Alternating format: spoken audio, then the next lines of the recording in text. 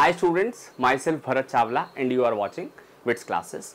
This is the fourth part of chapter 2, Principles of Management, and here in this part I will cover scientific techniques given by F.W. Taylor. And if you haven't seen the remaining 3 parts of this chapter, you can get their link from description box. So let us start our today's topic, that is scientific techniques of management. So the first scientific technique is functional foremanship. तो ये functional foremanship है क्या? देखिए यहाँ पर F.W. Taylor कहते हैं कि कोई भी एक ऑर्गेनाइजेशन जो है वो एक्चुअली लोअर लेवल मैनेजमेंट से चलती है। Although top level managers plans बनाते हैं, मिडिल वाले उसको एग्जीक्यूट करते हैं, लेकिन एक ऑर्गेनाइजेशन की सक्सेस जो है वो लोअर लेवल मैनेजमेंट के एफिशिएंसीज पर डिपेंड करती है। ज़्यादा लोअर लेवल मैनेजमेंट एफिशिएंट होगा, ऑर्गेनाइजेशन की प्रॉस्पेरिटी भी इसी बात पर डिपेंड करती है। तो यहाँ पर F.W. टेलर इस बात को स्ट्रेस देते हैं कि यूजुअली हर ऑर्गेनाइजेशन लोअर लेवल डिपार्टमेंट में ज़्यादा स्पेशलाइज्ड नहीं करती या ज़्यादा स्पेशलाइज्ड लोगों को हायर नहीं करती। वो लोग यूजुअली ये मानते हैं कि लोअर लेवल पर जो प्लानिंग है और जो प्रोडक्शन है वो कोई एक ही आदमी परफॉर्म कर सकता है। तो यहाँ पर टेलर ने ये कहा है कि लोअर लेवल मैनेजमेंट में भी प्रोडक्शन डिपार्टमेंट अलग होना चाहिए और प्लानिंग डिपार्टमेंट अलग होना चाहिए। और साथ साथ इन्होंने एक बात और कही है कि प्रोडक्शन डिपार्टमेंट को भी कोई एक आदमी हैंडल नहीं कर सकता, वहाँ पर भी 4 अलग स्पेशलिस्ट या इंचार्जेस होने चाहिए। सिमिलरली प्लानिंग डिपार्टमेंट भी एक वाइड एरिया है, तो उसको भी हैंडल करने के लिए वहाँ पर 4 अलग स्पेशलिस्ट होने चाहिए। तो यहाँ पर F.W. टेलर ने 4 specialist in production department and 4 specialist in planning department को एडवोकेट किया है। तो चलिए समझते हैं पहले planning incharges. So the first planning incharge हैं वो है रूट क्लर्क।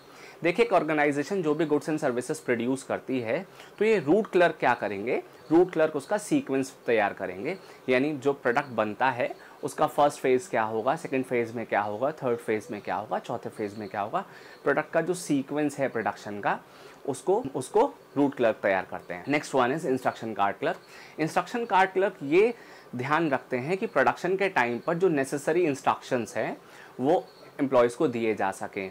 जैसे कुछ स्पेसिफिक गुड्स को प्रोड्यूस करने के स्पेसिफिक इंस्ट्रक्शंस होते हैं, कुछ गुड्स को प्रोड्यूस करने के लिए कुछ डिफरेंट इंस्ट्रक्शंस होते हैं, कुछ गुड्स को प्रोड्यूस करने के लिए बहुत स्पेसिफिक इंस्ट्रक्शंस होते हैं, कुछ यूजुअली ऐसे ही बिना कोई खास बड़े इंस्ट्रक्शंस के प्रोड्यूस हो जाते हैं। तो यह इंस्ट्रक्शन कार्ड क्लर्क का काम है इंस्ट्रक्शंस देना। नेक्स्ट है टाइम एंड कॉस्ट क्लर्क। देखिए हर ऑर्गेनाइजेशन के लिए टाइम और कॉस्ट बहुत इंपॉर्टेंट है। तो यहाँ पर टाइम एंड कॉस्ट क्लर्क क्या करते हैं, ये इंश्योर करते हैं कि प्रोडक्ट को प्रोड्यूस होते समय कम से कम टाइम लगे और एक मिनिमम कॉस्ट लगे, राइट।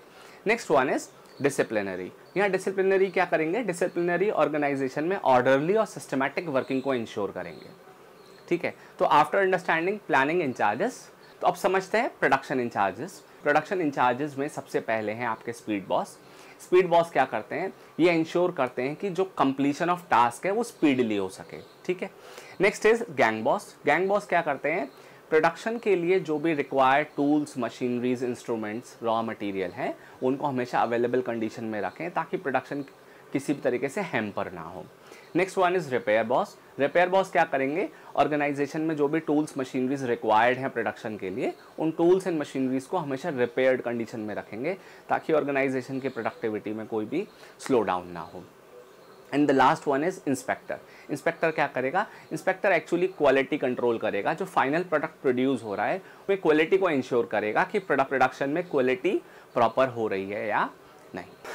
नेक्स्ट साइंटिफिक टेक्निक है स्टैंडर्डाइजेशन एंड सिंप्लीफिकेशन। देखिए स्टैंडर्डाइजेशन एंड सिंप्लीफिकेशन का मतलब होता है कि गुड्स एंड सर्विसेज जो भी हम प्रोड्यूस करते हैं उसमें सेमनेस को फॉलो करें। गुड्स एंड सर्विसेज को प्रोड्यूस करते समय हम same method, same tool, same machineries और सेम रॉ मटेरियल का इस्तेमाल करें ताकि प्रोडक्शन जो है वो उनमें यूनिफॉर्मिटी हो, same size, same colour, same feature, same उसकी वेट रहे। एक ऑर्गेनाइजेशन जब स्टैंडर्ड को फॉलो करती है तो उसकी सोसाइटी में उसके प्रोडक्ट की रिस्पेक्ट होती है। तो जैसे आप बचपन से डेयरी मिल्क चॉकलेट खा रहे होंगे, तो अगर आप रेगुलर डेयरी मिल्क चॉकलेट को देखें तो उसका टेस्ट आपको हर बार सेम लगा होगा। आपको कभी ऐसा नहीं लगा होगा कि इस बार की डेयरी मिल्क बहुत ज़्यादा मीठी है या कोई एक डेयरी मिल्क है जो कम मीठी है। सिमिलरली जितने भी बड़े ब्रांड्स की कंपनीज होती हैं स्टैंडर्डाइजेशन को फॉलो करती हैं ताकि प्रोडक्ट में यूनिफॉर्मिटी रहे। नेक्स्ट है सिंप्लीफिकेशन। देखिए यहाँ सिंप्लीफिकेशन का मतलब ये है, एक अच्छे मैनेजर को चाहिए कि वो गुड्स एंड सर्विसेज जो भी प्रोड्यूस कर रहा है उसके मेथड्स बहुत सिंपल हो, ईजी टू अंडरस्टैंड हो। साथ ही साथ अगर प्रोडक्ट में अननेसेसरी टाइप्स हैं, वेराइटीज़ हैं, उसमें अननेसेसरली डाइवर्जेंस हैं, तो उसको कम से कम करने की कोशिश करें, ताकि हमें बहुत ज़्यादा रॉ मटेरियल मेंटेन ना करना पड़े, ज़्यादा एम्प्लॉयज़ को ट्रेनिंग ना देनी पड़े। जैसे कि एग्जाम्पल समझते हैं, अब कुछ मोबाइल कंपनीज़ होती हैं, वो साल में 1 या 2 तरह के हैंडसेट्स लेकर के आती हैं, और वो बिल्कुल मोर और लेस सेम होते हैं। उसमें बहुत ही कम चीज़ ऐसी होती है जो चेंज होती है, जैसे रैम और रोम चेंज होती है, कैमरा चेंज होता है। यूजुअली जो अच्छी कंपनीज़ हैं वो बाकी सब चीज़ें सेम रखती हैं। तो यहाँ पर स्टैंडर्डाइजेशन और सिंप्लीफिकेशन दोनों इस्तेमाल हो जाएगी कि अगर उन मोबाइल फ़ोन्स में कुछ 2-3 चीज़ें छोड़कर बाकी सब सेम हैं, तो ऑर्गेनाइजेशन को उसके कंपोनेंट बहुत ज़्यादा डिफरेंट प्रोड्यूस नहीं करने पड़ेंगे। सिमिलरली एम्प्लॉयज़ को ट्रेनिंग देते समय ऑर्गेनाइजेशन को कोई खास प्रॉब्लम नहीं होगी। और यहीं पर अगर दूसरी मोबाइल मैन्युफैक्चरिंग कंपनी है जो साल में 5 तो वेरिएंट निकाल देती है, और 5 वेरिएंट के अंदर अलग अलग ऑप्शंस होते हैं, तो ऐसे में ऑर्गेनाइजेशन को अपने एम्प्लॉयज़ को उसी तरह से ट्रेनिंग देनी पड़ेगी, अपने इन्वेंट्रीज में उतने ही स्पेयर पार्ट्स को मेंटेन करके रखना पड़ेगा। तो यहाँ पर टेलर एडवोकेट करते हैं कि ऑर्गेनाइजेशन अगर ज़रूरत से ज़्यादा प्रोडक्ट बना रही है तो उसमें वहाँ पर वो स्टैंडर्डाइजेशन और सिंप्लीफिकेशन को फॉलो नहीं कर पाएगी। जैसा कि आपकी बुक में भी एक एग्जाम्पल है कि कोई US based paper manufacturing company थी जो 2000 टाइप्स के पेपर प्रोड्यूस करती थी। अब इतने सारे टाइप्स ऑफ पेपर प्रोड्यूस करने के लिए आपको 2000 टाइप्स के मेथड्स, राइट, एम्प्लॉयज़ को ट्रेनिंग, उसके रॉ मटेरियल, उसके सिस्टम्स को फॉलो करना पड़ता था। तो इतने सारा पेपर प्रोडक्शन करने के बावजूद भी वो कंपनी पॉपुलर नहीं थी। फिर उस कंपनी ने अपने प्रोडक्शन लाइन को बहुत रिड्यूस करके 200 टाइप्स ऑफ पेपर कर दिया। तो 200 टाइप्स ऑफ पेपर करने में एम्प्लॉयज़ को ट्रेनिंग आसानी हो गई, उसमें स्टैंडर्डाइजेशन को भी वो फॉलो कर पाएंगे, हर बार वो सेमनेस को फॉलो कर पाएंगे, उससे वो ऑर्गेनाइजेशन जल्दी ग्रो कर गई। Next is method study. अब मेथड स्टडी का मतलब ये है कि एक ऑर्गेनाइजेशन में किसी भी प्रोडक्ट को प्रोड्यूस करने के बहुत सारे मेथड्स हो सकते हैं। जैसे कि सिंपल अब एग्जांपल समझते हैं, अगर आपको वॉल पेंट करना है तो आप वॉल पेंट को ऐसे वर्टिकली भी कर सकते हैं, हॉरिजॉन्टली भी कर सकते हैं, डायगोनली भी कर सकते हैं, और मेरे जैसा कोई करेगा तो वो ऐसे जिगजैग मेथड में करेगा। तो यानी एक वॉल को पेंट करने के 4 डिफरेंट मेथड होते हैं। तो यहाँ पर अगर हर एम्प्लॉय अलग अलग मेथड से वॉल को पेंट करेगा तो आप कभी भी ना यहाँ पर स्टैंडर्डाइजेशन को फॉलो नहीं कर पाएंगे, सेम टारगेट्स नहीं दे पाएंगे, सेम रॉ मटेरियल यूज़ होगा नहीं होगा, आई गेस मुश्किल है ऐसा हो पाना। तो मेथड स्टडी का मतलब ये है कि किसी भी गुड्स को प्रोड्यूस करने के जितने भी पॉसिबल मेथड्स हैं, मैनेजर को चाहिए कि वो सारे मेथड्स को एक बार अप्लाई करके देखे, और फिर ये देखे कि किस मेथड को करना ज़्यादा इजी है, फीजिबल है और ऑर्गेनाइजेशन के पॉइंट ऑफ व्यू से इकोनॉमिकल है। तो उस मेथड को एक ना स्टैंडर्ड मेथड बना दे, ताकि ऑर्गेनाइजेशन में एम्प्लॉयज़ को उसी सेम मेथड से गुड्स को प्रोड्यूस करने के लिए आप डायरेक्ट कर सकें और आपके प्रोडक्शन में यूनिफॉर्मिटी रहे। नेक्स्ट टेक्निक जो है वो है मोशन स्टडी। अब मोशन स्टडी का मतलब ये है कि एक ऑर्गेनाइजेशन में जब एक एम्प्लॉय कुछ काम करता है तो वो काम करने के लिए बहुत सारे मोशंस परफॉर्म करता है। जैसे कि हो सकता है कि वो रॉ मटेरियल लेने के लिए गोडाउन जाए, वहाँ से रॉ मटेरियल को वो अपने कंधे पर, अपने सर पर या किसी कार्ट पर रख करके लाए, ठीक है। फिर उस रॉ मटेरियल को ओपन करे, फिर उसको सेग्रीगेट करे, उसके लिए उसे कई बार उसे बैठना पड़ता है, कई बार उठना पड़ता है, कई बार किसी चीज़ को पुल करना पड़ता है, पुश करना पड़ता है।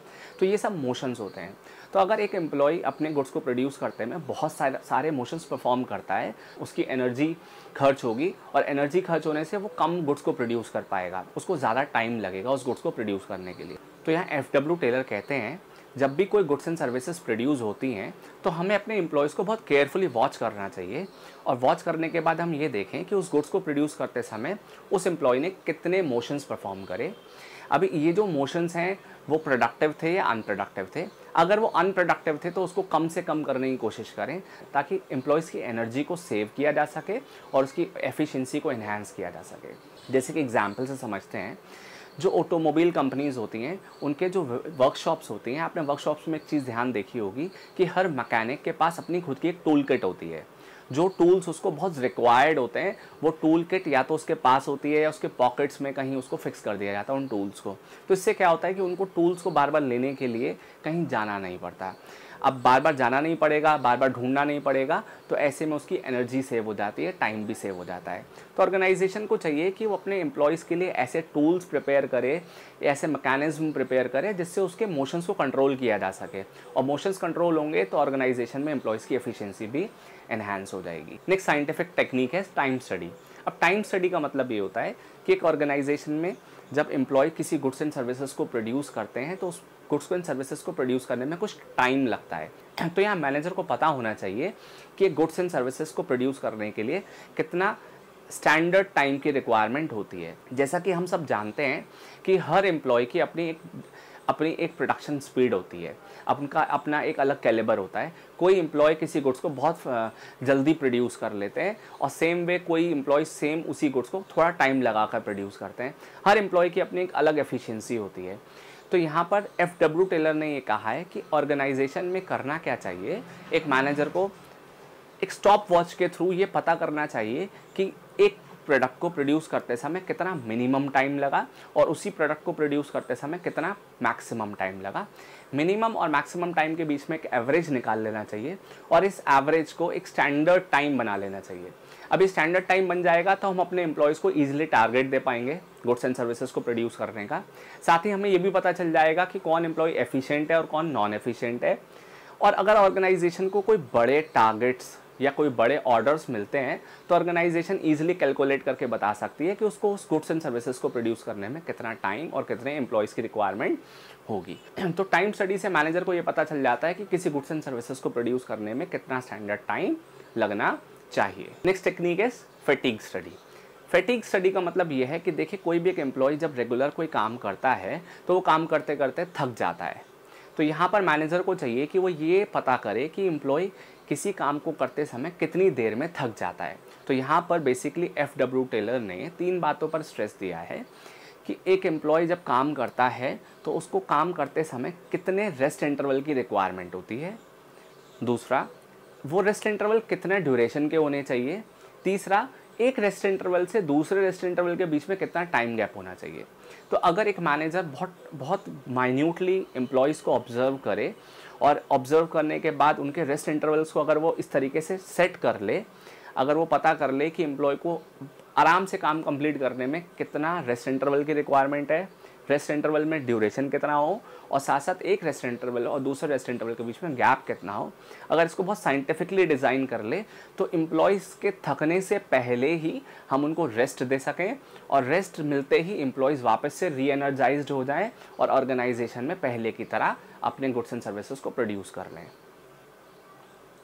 And the last scientific technique is differential piece wage system. Differential piece wage system as a name suggested कि एक ऑर्गेनाइजेशन में एम्प्लॉयज़ को डिफरेंट सैलरीज मिलनी चाहिए। अब डिफरेंट सैलरीज का मतलब यहाँ है कि एफ.डब्ल्यू. टेलर कहते हैं कि हमें एक ऑर्गेनाइजेशन में एम्प्लॉयज़ को सैलरी देते समय उनकी एफिशिएंसी के बारे में ज़रूर पता होना चाहिए। मतलब ऐसा ना हो कि आपने एक मिनिमम सैलरी डिसाइड कर ली, लेट से 10,000 रुपये, और आप अपने हर एम्प्लॉय को 10,000 रुपये सैलरी दे रहे हैं। ऐसा ना हो। यहाँ पर एफ.डब्ल्यू. टेलर ये कह रहे हैं कि हमें अपने एम्प्लॉय की एफिशिएंसी के हिसाब से उसको सैलरी देनी चाहिए। वो एम्प्लॉयज़ जो ज़्यादा गुड्स एंड सर्विसेज को प्रोड्यूस करते हैं उनको ज़्यादा सैलरी मिलनी चाहिए।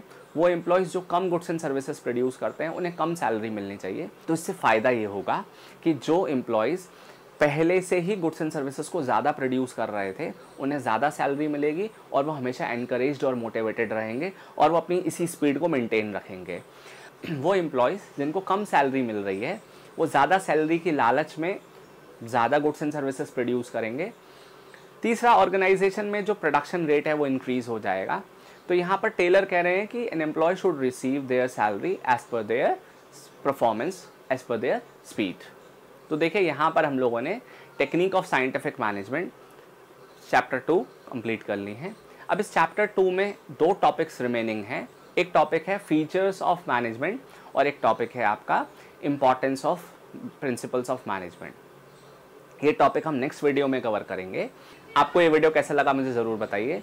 अगर आपको ये वीडियो अच्छा लगा तो give it a thumbs up.